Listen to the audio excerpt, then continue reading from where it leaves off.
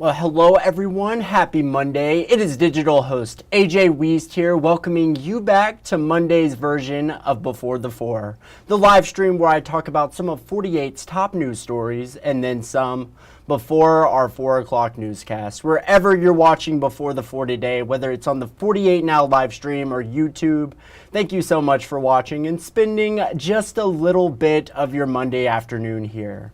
Now, let's begin in Huntsville, where over the weekend, a man was arrested after confessing to killing his grandparents, police say.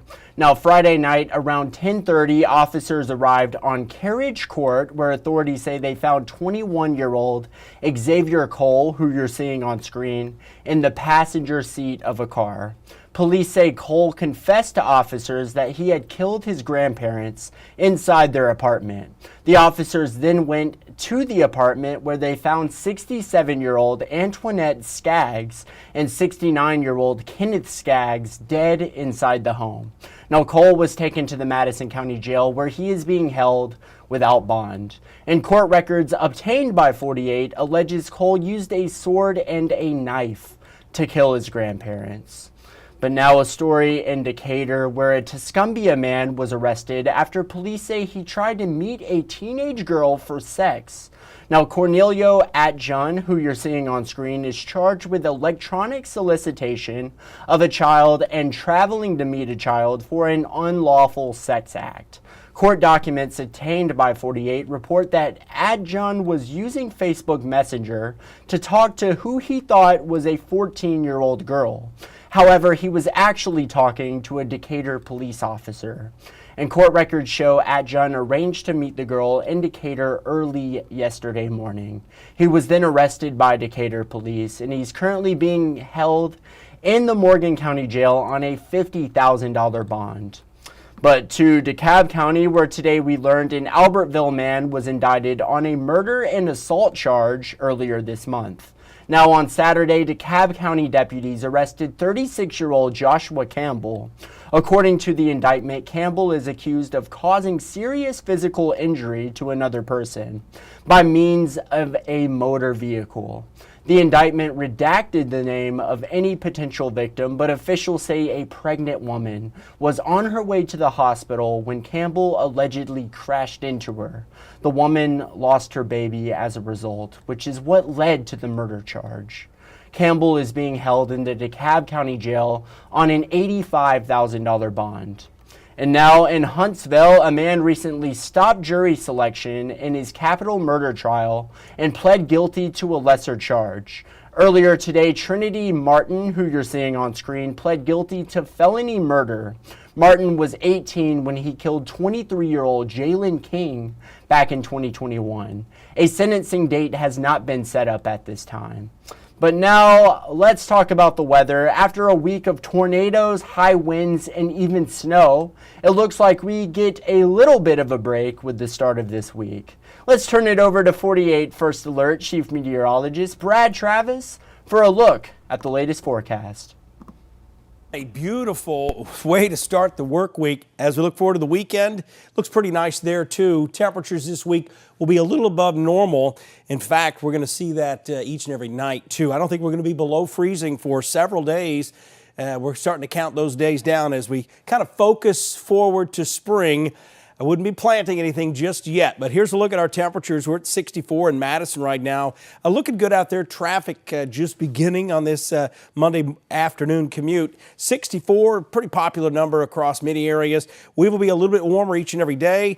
Over the next 12 hours, we fall back into the 40s this evening with overnight lows in the mid to upper 30s. So overall, not too bad. Here's your 3-day forecast. We are looking at temperatures around 67 tomorrow, 70 Wednesday, and that chance of rain Wednesday night into Thursday is shrinking a bit.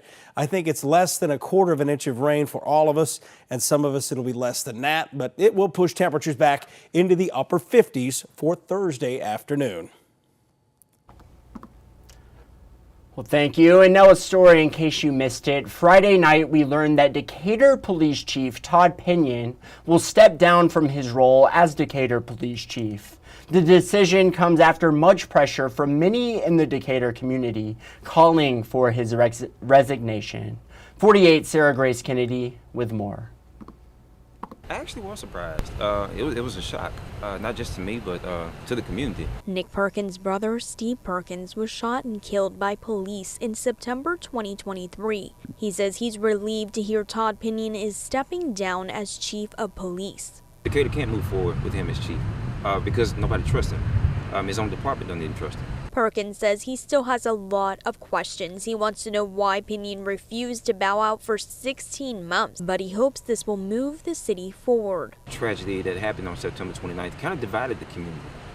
You had people who were on the side of the police, you had people who were on the side of the government, and then you had the people who were on the side of themselves. And you can't move forward being that divisive. Terrence Adkins, the co-founder of Standing in Power, was out celebrating the announcement. He was even wearing a t-shirt with Todd Pinion's face on it that reads, "Justice for Steve Perkins." I wish it had came sooner because some of the things that have gone on since September 29th would have been mitigated if we had someone who was actually able to lead a department. Todd Pinion resigning is probably the best thing that happened to Decatur in the 2023, 24, 25 years. So I'm pretty glad that he's gone. Rodney Gordon, the president of the NAACP for the Morgan County chapter, says their fight against the Decatur Police Department isn't over. I'd be lying if I didn't say I was delighted, because I was delighted. But that's not the fight. That's not the end of the fight. I mean, him gone and some of them still there. He's still there. You know what I'm saying? It's a regime up there. They got to clean the house. And today, 48's Callie Neese will be continuing to follow up on Chief Pinion's recent decision. But now, following up on this huge story out of Coleman County last week, the Hanceville Police Department is shutting down after 5 police officers were arrested and they are now facing drug and tampering charges. 48's Nick Ballinger gives us the latest.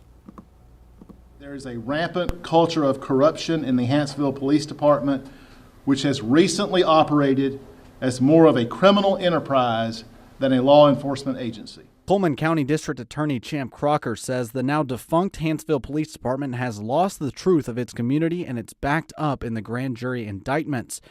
The indictments target 6 people, including 5 former officers. Husband and wife Donna and Eric Kelso are each charged with selling Cody Kelso and Jason Wilbanks steroids. The Kelsos are also charged with distributing hydrocodone to Wilbanks.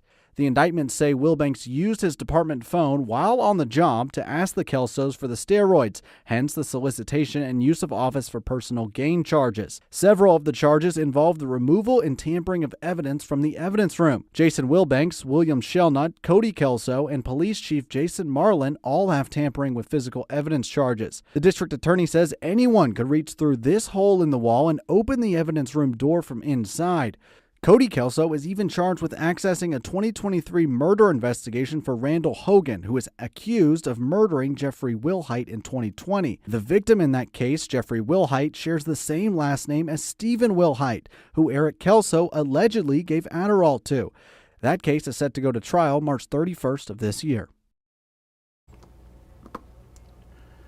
Now, as we continue to highlight people and places here across the Tennessee Valley this Black History Month, let's turn the lens over to the campus of Alabama A&M University, the historic T.M. Elmore Gymnasium, where the Bulldog men's and women's basketball teams played for 25 seasons.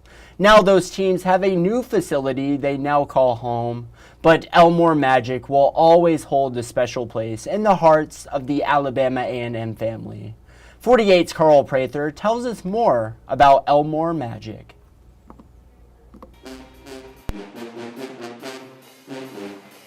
It's one of the most iconic gymnasiums in all of college basketball. T.M. Elmore Gymnasium, home to the Bulldogs of Alabama A&M men's and women's basketball teams. Banners hang from the rafters from championships won. If you listen closely,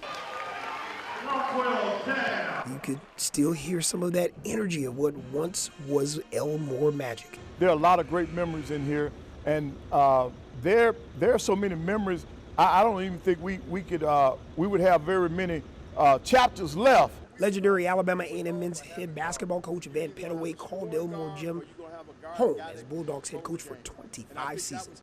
Pettaway graduated from Alabama A&M and starred as one of the best players in university history. Elmo means everything to me, Carl. I mean, this is where I got my start as a player, as you said, in 1977 when I came up here for Coach Blackman.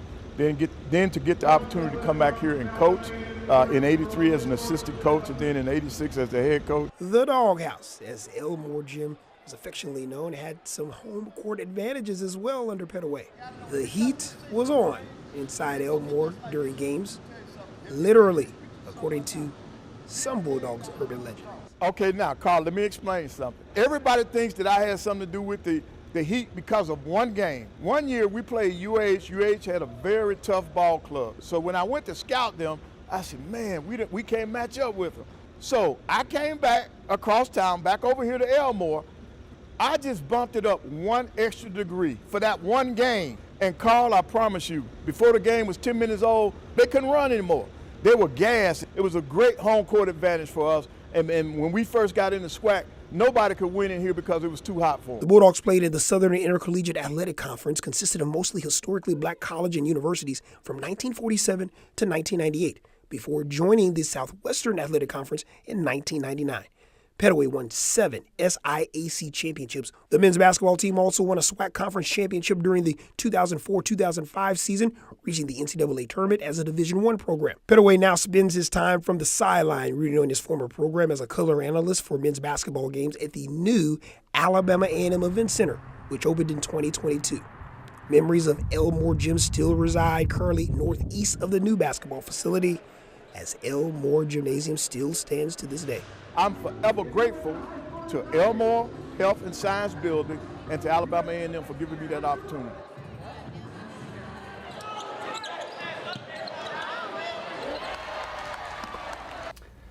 And now, coming up after the break, we'll talk about free college applications here in the state of Alabama, 3 years since the start of the ongoing Russia-Ukraine war, an emailed ultimatum sent to federal workers by Elon Musk and the Department of Government Efficiency, the latest on Pope Francis, and a sweet story you're just not going to want to miss. It's all ahead. I'll see you all in 1 minute.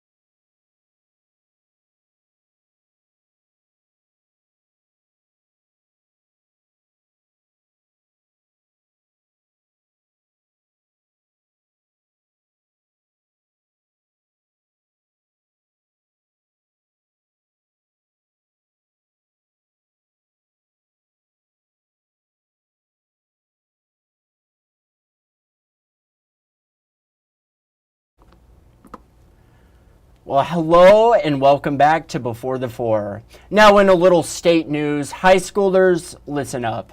Many colleges throughout the state are offering free applications during this final week of February. WSFA's Emma Ellis tells us more about them. College application fees vary by institution, but the average fee is around $50. That means if someone wants to apply to multiple institutions, the price tag adds up quickly. That may limit some students to, oh, I'm only going to apply to the closest school to me or the one I think I can get into. Free College Application Week is a collaborative effort among Alabama's universities to make college more accessible. Most of the schools in the state are going to allow you to apply for free. So let's see if I can get into that dream school, or maybe what scholarships are available to me at a certain institution like Troy that gives great scholarships to students to be able to have the opportunity to see what they can get. To take advantage of Free College Application Week, go ahead and go to the website of the participating university of your choice and fill out an application. Now, some schools like Troy will require a coupon code for this to work. We'll have a promo code that's good the entire week. It's all caps ALCAC 25. Students can plug that into their application there at the end, and that will waive the application fee for them. Making college more accessible for everyone. Emma Ellis, WSFA 12 News. And now in global news, the Vatican said today that Pope Francis is still critically ill as he battles double pneumonia and the onset of slight kidney failure. NBC's Ann Thompson reports the latest on the Pope's health from the Vatican. Pope Francis is awake, eating, and continuing his treatment, Vatican sources tell us, after what they describe as a peaceful night. This follows the revelation that the 88-year-old pontiff developed mild kidney failure as he battles double pneumonia. The Pope had a rough weekend. He had a long respiratory crisis on Saturday that required supplemental oxygen that he remains on. He also needed blood transfusions to address an issue with low platelets caused by anemia. The Vatican says that mild kidney failure is under control, but the Pope remains in critical condition as people here in St. Peter's Square and around the world pray for Pope Francis. I'm Ann Thompson at the Vatican. Now back to you.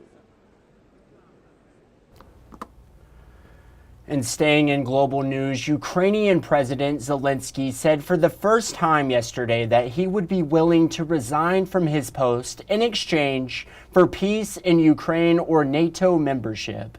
NBC's Richard Engel has more from Ukraine on the third anniversary of the Russian invasion. 3 years ago this morning, Russian President Vladimir Putin ordered his troops to invade Ukraine. And he isn't letting up, launching nearly 200 drones overnight. But now, pressure is coming from President Trump, too. Trump is demanding Ukraine accept a deal in which income from its natural resources would be diverted into a huge American-controlled fund. I want them to give us something for all of the money that we put up. So we're asking for rare earth and oil, anything we can get. Zelensky said Trump's price, $500 billion, 4 times the value of aid committed by the United States so far, is too high and comes without American security guarantees to protect Ukraine from a future Russian attack. I'm not signing something that 10 generations of Ukrainians will be paying off, he said. It feels like strong-arm tactics to many Ukrainians who were deeply offended when President Trump blamed them for launching the war instead of criticizing Russia, whose troops have been accused of mass rape and other war crimes. Olena Avilova lost her son Andriy to a Russian mortar attack. She opened a coffee shop in Kharkiv to honor him and others who died in his unit. This place is an extension of his life, she says. What do you think should happen now, after 3 years of war? We dream that the war ends, she says. Our children died, not because we're bad people, but because our neighbor wants our territory. Ukrainians don't agree with President Trump that Putin now wants peace. Throughout the war, Ukrainians have shown their resolve and ability to adapt. This is the old opera house in the city of Kharkiv, but they're not using the main hall upstairs anymore. It's too dangerous, too vulnerable to ongoing Russian attacks.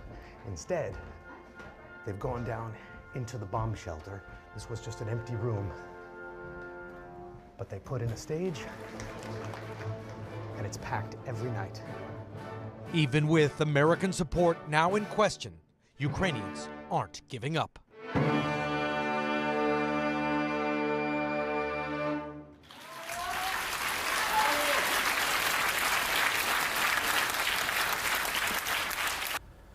Well, now more than 2 million federal workers face a midnight deadline to summarize last week's work accomplishments to billionaire Trump donor Elon Musk or face being fired. Musk sent the unusual request Saturday, but some federal agencies are telling their employees not to comply.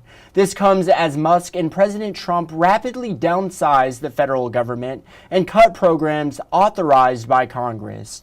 Amid rising tensions with European leaders, the president today welcomes the president of France to the White House. NBC with all the latest.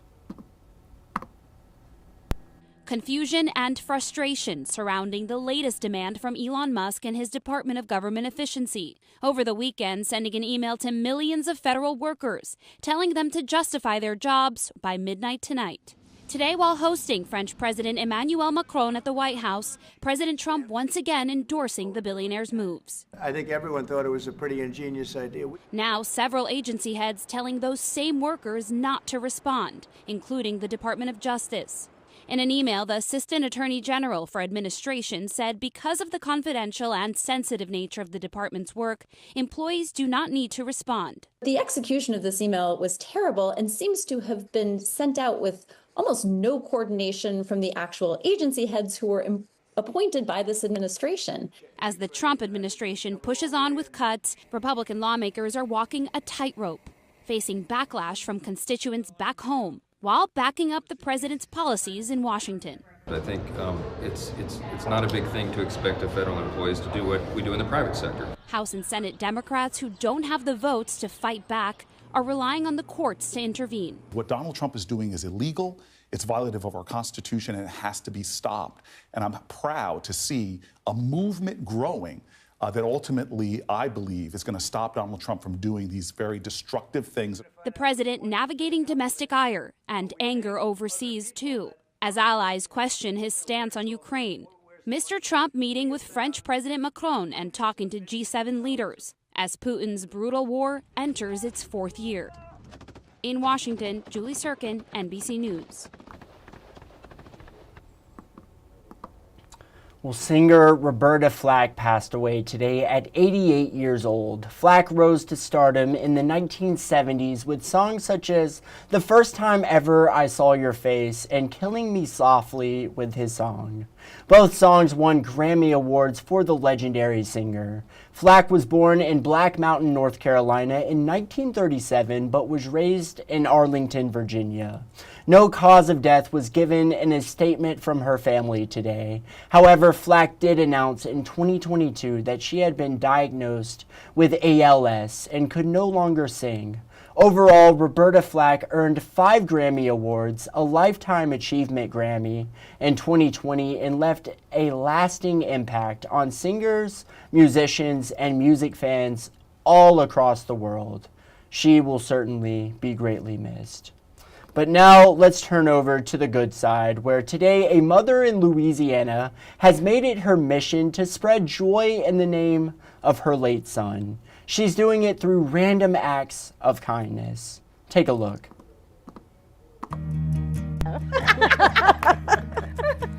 Lindsay Braddock and Patrina Riley are concocting a plan. I come up with the ideas usually, but I gotta get somebody else to do it. Yeah. So much fun, lots of travels. Over a decade ago, a bond between two Neville athletes connected two mothers. I am, though, honored that she asked me. I wasn't expecting. Across town, some unexpected bills have made for a tough year for Erica Carter. Inflation is here, things are harder. The single mother of one works a full-time job and then does nails from her home. You gotta have a stiff, steady hand. Are you gonna say anything, Patrina? Lindsay and Patrina are focused on giving a helping hand, and they're on their way to visit their new nail technician. Some of these things can change the trajectory of somebody's life. Let me just tell you a quick little story. This is my son, Tarver. I'm Lindsay. Let me give you a hug. Lindsay lives for these hugs. Just over a year ago, she lost her son, Tarver, in a deer camp fire accident. It's so special for him to be remembered, but it's also so hard. The 16-year-old was all about spreading happiness. You could say the apple did not fall far from the tree. So we're here today to tell you we paid your rent for the rest of the year.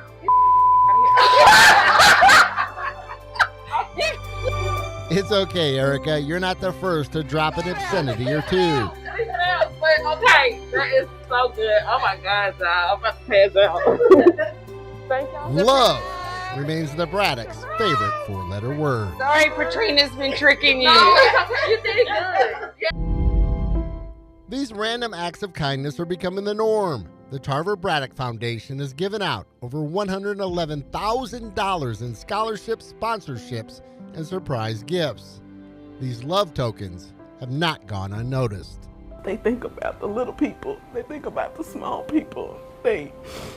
And I hated that he had to lose his life to make this foundation happen. You're doing great. Let's say a prayer. I think tragedy brings people together in a way that you could never imagine. For us being able to bless Erica and her family in Tarver's name. What a blessing that is. Because it's hitting a small town, it's hitting a small city, so it's mattering. It's mattering.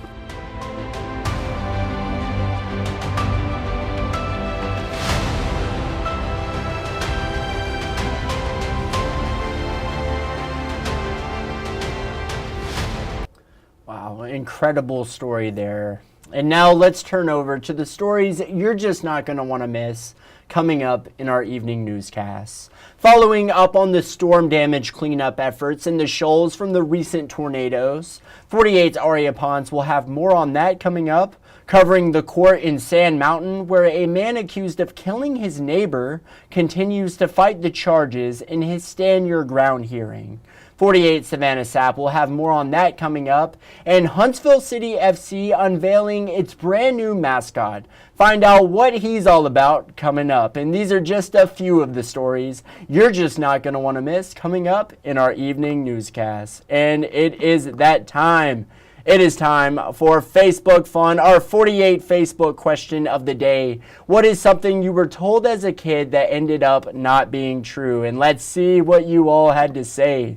Caleb said, if you drink coffee, it'll cause you to be short. We've heard that. I drink it all the time, and I'm 6'2", taller than my dad and brother and mom. Caleb, you proved them wrong. That is right. Thank you so much for commenting. Timothy said, eating a cookie will ruin my dinner. A cookie never ruins dinner, that is for sure. Timothy, thank you.